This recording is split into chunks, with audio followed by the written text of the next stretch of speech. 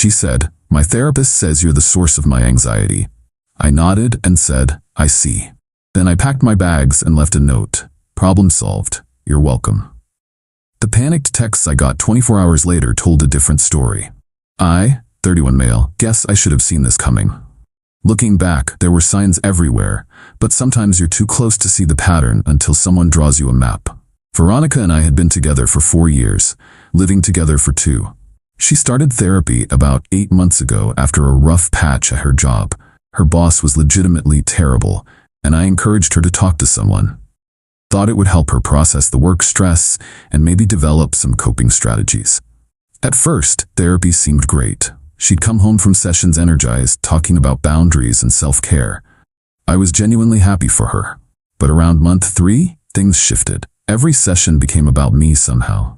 "Dr. Whitlock says you exhibit controlling behavior because you asked about my spending. My therapist thinks it's concerning that you want to know where I'm going when I leave the house. We explored how your need for a clean kitchen is actually about power dynamics." I started feeling like I was living with a psychology textbook that had developed sentience and decided I was the case study. Every normal relationship thing became pathological. Asking if she wanted takeout for dinner? Controlling. Mentioning the dishes had been in the sink for 3 days? Power dynamics. Being concerned when she didn't come home until 4 a.m. without a text? Toxic masculinity. I tried talking to her about it, suggested couples therapy so I could understand better. She shot that down immediately. Dr. Whitlock says that's what controlling partners always suggest, to manipulate the narrative. The real kicker was that I started walking on eggshells in my own home. I'd think 3 times before asking anything, stopped mentioning household stuff altogether, just quietly did all the cleaning myself. Started spending more time at my buddy Theo's place just to breathe. Then came Tuesday. I'd worked a long shift. I managed logistics for a medical supply company, came home to find Veronica on the couch with her therapy journal, and what I can only describe as a prepared speech face. "Marcus, I need to share something important from today's session." I sat down, genuinely curious what insight Dr. Whitlock had provided this week. "We've been doing deep work on my anxiety, and we've identified the source." She paused for drama. "It's you. Dr. Whitlock says you're the primary source of my anxiety, and I need to consider what that means for my healing journey." I sat there for maybe 30 seconds, just processing. 4 years. 4 years of supporting her through career changes, family drama, her mother's passive-aggressive nonsense. 4 years of being told I was doing everything wrong while footing 70% of our bills because her passion career in holistic wellness coaching barely covered her car payment. "I see," I said. She looked surprised. Think she expected protests, maybe begging. Instead, I stood up, went to our bedroom, and started packing. "What are you doing?" She followed me, therapy journal still clutched like a shield. "Solving your problem," I said, folding shirts into my duffel. "If I'm the source of your anxiety, the solution seems pretty straightforward."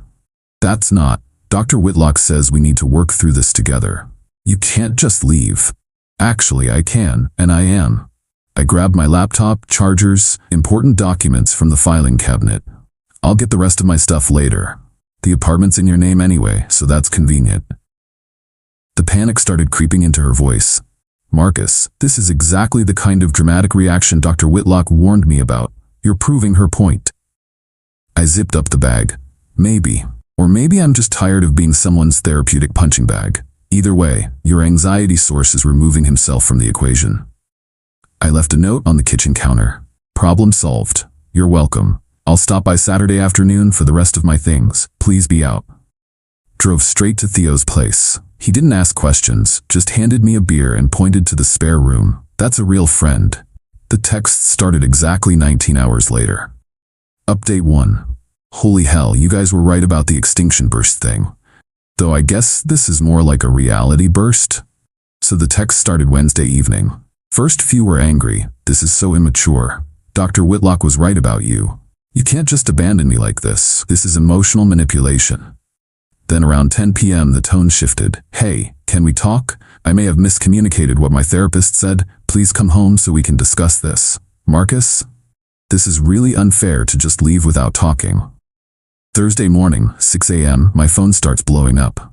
15 missed calls. The texts got more urgent. The electricity bill is due and I don't know the password. Where did you put the router? The internet is down. I can't find the insurance cards. Marcus, please. Here's the thing. I handled all our household admin because she found it overwhelming. Passwords, bills, insurance, everything. I tried to show her multiple times, even made a spreadsheet, but she'd wave it off. You're so much better at that stuff. Then came the kicker text around noon Thursday. How am I supposed to afford this place on my own? Rent is due next week. I almost responded to that one. Almost. But then I remembered 3 months ago when I suggested we get a cheaper place since I was carrying most of the financial load. Her response? Dr. Whitlock says financial anxiety is often about control issues. Maybe you should explore why you're threatened by our lifestyle. Our lifestyle. That I was paying for. The next series of texts was about her car. My check engine light is on. The registration sticker expired. Why didn't you renew it? I don't know where to get an oil change. Lady, you're 29 years old. Figure it out. Then the social media posts started. Nothing directly about me, just vague stuff about going through a challenging time, and when people show you who they are, believe them. And my personal favorite, surrounding myself with healing energy as I navigate this abandonment. Abandonment. I literally solved the problem she presented to me. Theo showed me her Instagram story where she's at some expensive smoothie place with her friend Janelle, caption reading, "Self-care isn't selfish." The same woman who was just texting me about not affording rent. But Friday was when it got really interesting. Her mom started calling, Patricia.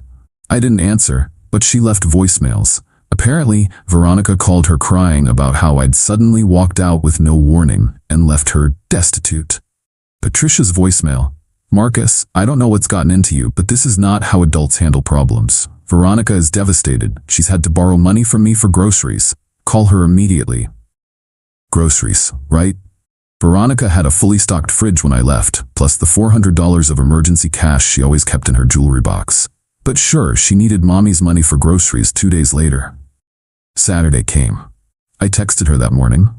I'll be there at 2 p.m. for my things. Please be out as agreed. Her response? I'll be here. We need to talk. I showed up with Theo in his truck. Veronica was there, full makeup, wearing the dress I'd told her looked nice on our anniversary. She'd lit candles. Candles. Marcus, please, let's just talk about this. I think there's been a huge misunderstanding. No misunderstanding, I said, starting to pack my books. You were clear. I'm the source of your anxiety. I'm removing myself. This is what you wanted. That's not what I meant, Dr. Whitlock says. I don't care what Dr. Whitlock says anymore, Ronnie. I'm done being the villain in your therapy narrative. She followed me around the apartment as I packed, alternating between tears and anger. You can't just leave me like this. What about the bills? What about my anxiety? Your anxiety is your responsibility. As for the bills, they're all in your name, your apartment, your bills. But you know I can't afford this place alone. But then maybe you should have thought about that before deciding I was the source of all your problems. The mask slipped then. The tears stopped like someone turned off a faucet. You're really going to be this petty? Over one comment? One comment? Ronnie, I've been your therapeutic punching bag for 5 months. Every week, you come home with a new dysfunction Dr. Whitlock has diagnosed me with. I'm done. This is financial abuse, she screamed. You got me used to a certain lifestyle and now you're yanking it away. Theo snorted from where he was wrapping my gaming console. She whirled on him. This is none of your business. Just here to help move boxes, he said, but I caught his eye roll. As we were leaving with the last load, she grabbed my arm. Please, I'll tell Dr. Whitlock she was wrong. I'll switch therapists, whatever you want. What I want is to not be someone's anxiety source. Mission accomplished. We drove away with her standing in the doorway, no longer crying, just staring with this calculating look I'd never seen before. Or maybe I had and just ignored it. That was 6 hours ago. The texts have already started again, this time with a new angle. Update 2. Well, the extinction burst evolved into what I can only call a reality tornado. After Saturday's move out, the text shifted to a weird mix of love bombing and threats. I've been thinking about all the good times we had. Remember our trip to the coast? We were so happy. I found your old college sweatshirt. It still smells like you. Then an hour later, my friend is a lawyer. What you're doing is illegal abandonment. I have rights. We were basically common law married. You'll be hearing from my attorney. Fun fact, we don't live in a common law state. Also, her friend who's a lawyer is a paralegal who does real estate closings. But the real entertainment started Monday when I got a call from my boss. Veronica had called my workplace. Let that sink in. She called my workplace. Apparently, she told our HR department that she was my domestic partner and that I was having a mental health crisis. She was concerned and thought they should know I'd abandoned our home and was acting erratically. Fortunately, my boss knows me well. I've worked there for 6 years, never had an issue. He called me directly. Hey Marcus, just got a weird call from HR. Your ex-girlfriend apparently thinks you're having a breakdown. I explained the situation. He actually laughed. So she told you that you were her problem, and you solved it? That's the most Marcus thing I've ever heard. Is this going to be an issue with HR? Nah, I'll handle it. But maybe document everything in case she escalates. She escalated. Tuesday, I get a notification that I've been tagged in a Facebook post. I don't use Facebook much, but there it was. Veronica had written this long, rambling post about emotional manipulation and financial abuse and how her partner of 4 years had suddenly abandoned her, leaving her unable to pay rent or buy food. She didn't use my name, but she tagged me and several mutual friends. The comments were interesting. Most people were offering generic support, but a few people who actually knew us were less sympathetic. My favorite was from Brad, a guy we'd had dinner with a few times. Didn't you tell us last month that your therapist said Marcus was toxic and you needed to set boundaries? She deleted his comment within an hour. Then came Wednesday. Oh, Wednesday. I get a text from an unknown number with a screenshot of a Venmo request from Veronica for $1,847. The message, "Hi, this is Janelle. Ronnie asked me to send this since you blocked her. This is her half of the rent and utilities you owe. She says you know this is fair. Her half of the apartment I don't live in? That's solely in her name? That she told me I was making her anxious by existing in?" I didn't respond. Thursday, another unknown number. This is Dr. Whitlock. I'm reaching out because Veronica has expressed concern about your recent behavior. While I can't discuss her treatment, I'd like to encourage you to seek support during this difficult time. Abandoning a partner suddenly can be a sign of deeper issues. I have some colleague referrals if you're interested. Her therapist contacted me. I screenshot everything and sent it to my buddy who actually is a lawyer. His response, "This is wildly unethical. Save everything. Do not respond." But Friday was the chef's kiss moment. Patricia, Veronica's mom, showed up at my workplace. Let me repeat that. Her mother came to my job. Security called me down to the lobby. There's Patricia, designer purse clutched to her chest, demanding to speak with me about the situation with her daughter. I went down mostly to prevent a scene. Marcus, this has gone far enough. Veronica is distraught. She can't eat, can't sleep. Patricia, she posted Instagram stories from 3 different restaurants this week. She's trying to heal. You've traumatized her. I left when she said I was the source of her anxiety. How is that traumatic? You know she didn't mean it like that. Dr. Whitlock explained it was about working through issues together. Then maybe Dr. Whitlock should have been clearer. And maybe you should ask yourself why a 29-year-old woman needs her mother to confront her ex at his job. She's desperate. She can't afford that apartment. She'll have to move back home. And there it was, the real issue. Patricia didn't want her daughter moving back home. That sounds like a Veronica problem, not a Marcus problem. How can you be so cold? You loved her. I did, but I loved the person I thought she was, not the person who spent months making me the villain in her story. Security started hovering closer. Patricia noticed. This isn't over, she hissed. My daughter deserves better. She absolutely does, I agreed. She deserves someone who makes her less anxious, which is no longer me. Win-win. She stormed out, and security asked if I needed to file a report. I declined, but asked them to note the incident.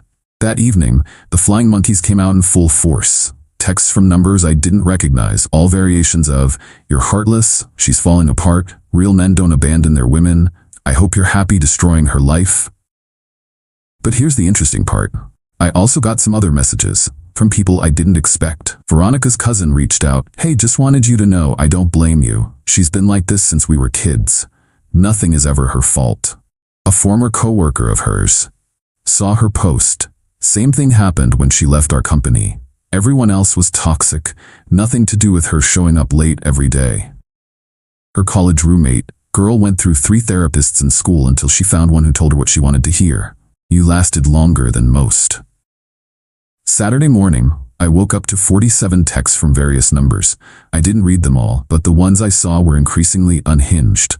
Apparently, Veronica had spent Friday night rallying support, getting drunk with her enabling friends, and they'd decided to launch a campaign. Then, plot twist. Theo's girlfriend works at the same wellness center where Veronica does her coaching.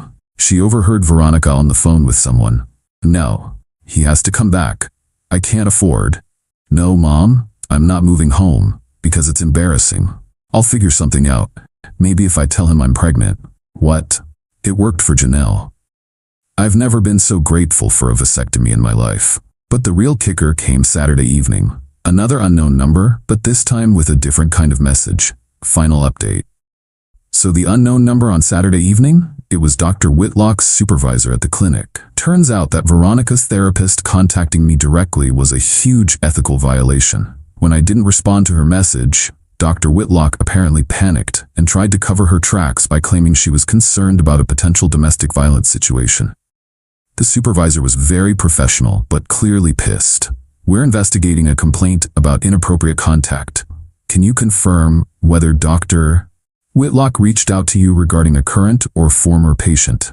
I sent them the screenshot of her text. They thanked me and said they'd be in touch if they needed anything else. Monday, Veronica's texts took a panicked turn. What did you do? Dr. Whitlock is in trouble because of you. She was just trying to help. You've ruined everything again. Ah, yes, me screenshotting an unethical text is definitely the problem here, not the therapist who sent it.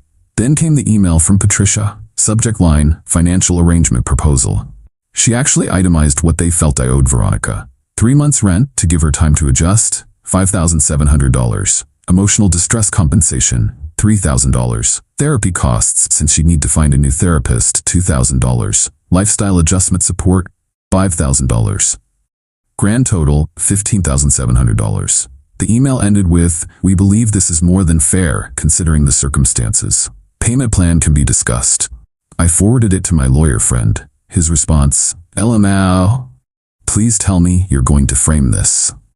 Tuesday brought news from the wellness center. According to Theo's girlfriend, Veronica had been let go from her part-time coaching position.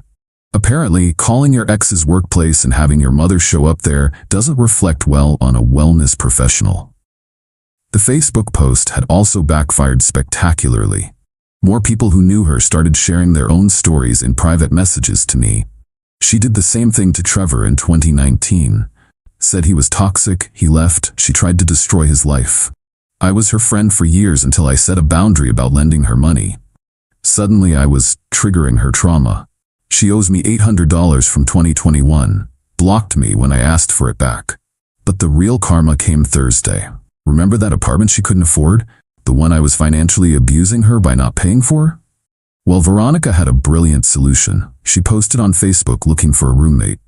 Seeking conscious, mindful individual to share beautiful space.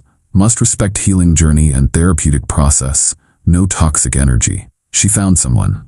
Melody, a 23-year-old who just graduated and was excited about living with a wellness coach.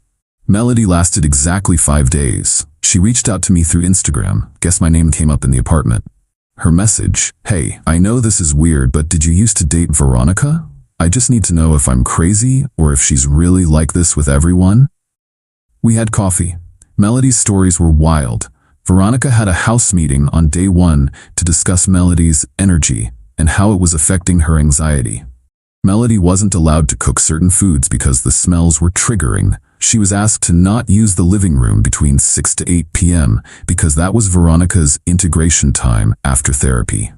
Veronica tried to charge her extra for emotional labor when Melody asked where the recycling bin was. The kicker, Veronica had told the landlord that her partner would be handling rent like always. When it didn't appear, she tried to blame me. The landlord called me. I was still on the old lease as an emergency contact, confused about why I'd be paying rent for an apartment I didn't live in. I clarified the situation. He was not pleased with Veronica. Melody moved out and stayed with a friend. The landlord started eviction proceedings. Last I heard, through the grapevine, Veronica had to move back in with Patricia. Dr. Whitlock lost her license to practice. Veronica is trying to become a life coach. Since wellness coaching didn't work out, she's dating someone new. My condolences to that poor bastard. Patricia is still emailing me monthly asking for money. As for me, I'm doing great. Got a promotion at work. Turns out being less stressed makes you more productive. Who knew? Started actual therapy with an actual professional who's never once suggested that my existence is someone else's problem. Even started dating someone who thinks asking about their day is caring, not controlling. Theo summed it up best last week. Bro, she really told you that you were her problem, and you just agreed and left, and it broke her brain because you were supposed to fight for the relationship so she could keep being the victim. Yup. Sometimes the best response to someone telling you you're their problem is to simply remove yourself from the equation. Problem solved. Oh, and for everyone asking, yes, I kept the screenshots. Yes, I documented everything. No, I never responded to any of them after leaving. And yes, I'm grateful every day that when someone told me I was their source of anxiety, I took them at their word and left. Best decision I ever made. Final update. Veronica tried to contact me last week through LinkedIn of all places, said she's been doing deep work and realizes she projected her issues onto me. She'd like to meet to apologize properly and discuss potential reconciliation. I didn't respond, but I did notice she's still living with her mom according to her updated location. Guess some anxiety sources are better left in the past.